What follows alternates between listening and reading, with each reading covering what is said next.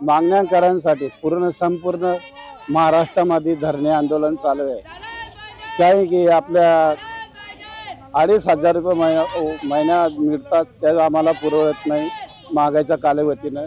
तर आमची अशी मागणी आहे की बा दर महिन्या अपंगांना 5,000 रुपये महिना मिळाला पाहिजे। आणि तसेच आमच्या अपंगांना धान्यापासून वंचित तहसीलदार कार्यालयात ठेवण्यात जात आहे की तिथे बी आम्ही 75 का 80 प्रकरण दिलं असल्यावर बी त्यांनी आमचे कमी प्रमाणे 20-25 केले। 1 वर्षापासून पूर्ण काम केलेले कर्मचारी लक्ष देत नाही आणि तिथे वारंवार पैशांची मागणी करत असतात। हे आम्हाला चालणार नाही, आमच्याकडे खपलं जाणार नाही।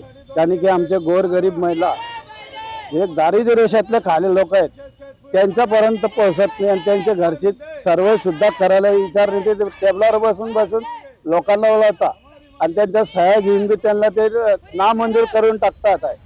तसेच आमची याच्यावरती बा महानगरपालिकेचे 2 वर्षापासून काही अर्धे टक्के लोकांना 12,000 रुपये देण्यात गेले आणि काही अपंग लोकांना 12,000 रुपये त्यांच्यापर्यंत पोहोचत नाही। आणि अपंगांमध्ये भेदभाव करणे चालू आहे। या कर्मचाऱ्यांना जसं जर भेदभाव करते त्यांनी शासनाचा GR आम्हाला दाखवा, ते आम्ही मान्य करायला तयार आहे। जे सत्य आहे ते सत्य परिस्थितीने त्यांनी हे दिव्यांगांच्या पर्यंत पोहोचायला पाहिजे।